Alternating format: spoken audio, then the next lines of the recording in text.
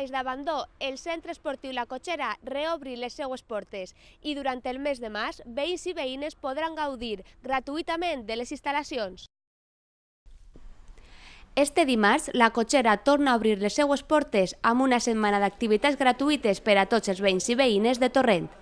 Molt bona acollida per part de la gent de la localitat que reclamava un centre esportiu des del seu tancament. Muy bien, yo es que vengo ahora otra vez a apuntarme porque yo estaba antiguamente y vengo a ver que parece que ahora lo han dejado, pero muy bien, y luego a verlo, a ver cómo han dejado las instalaciones y todo.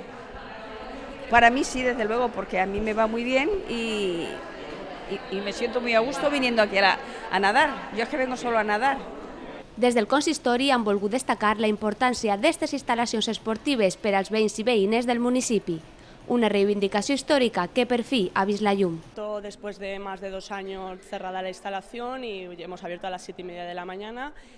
Como veis, bueno, como se puede observar, hay un mogollón de gente, lleva un flujo constante de gente desde las 8:30 o 9 de la mañana, no deja de venir gente. La verdad es que era algo muy esperado. Siempre hemos tenido todos estos meses también, mientras estábamos de obras, a mucha gente preguntando que cuándo se iba a abrir, que cómo iba a funcionar y tal, y ahora pues está demostrado que es una instalación muy necesaria en Torrent, en el barrio en el que se encuentra y donde nos encontramos en este momento, que hace muchísima falta. En una ciudad como Torrent de 80.000 habitantes necesitamos tener una instalación en condiciones, que creo que es esta, y la verdad es que la gente está respondiendo muy bien y tenemos muchísima gente para ser la hora que és. La veritat és que és un èxit per a nosaltres poder dir-li a la gent que obriguem la instal·lació, no? Que després d'un període conflictiu, d'un període d'abandono total de la instal·lació per el darrer adjudicatari, doncs, afortunadament l'equip de govern de Torrent ha pogut revitalitzar la instal·lació, rehabilitar-la, fer un treball important per a que tinguera els millors serveis,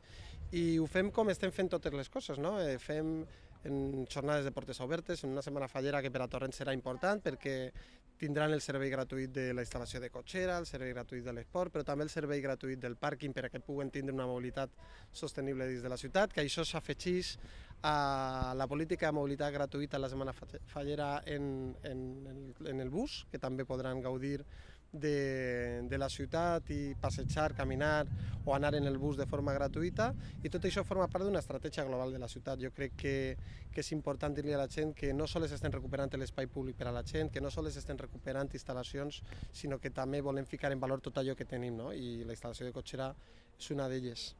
Una completa sala de màquines on posar-te en forma de dilluns a diumenge. Una ampla piscina coberta on practicar diferents disciplines esportives amb ajuda dels monitors. O una sala de spinning són algunes de les activitats que t'ofereix la cotxera. I recorda que si t'apuntes este mes podràs gaudir gratuïtament de les instal·lacions fins al mes d'abril.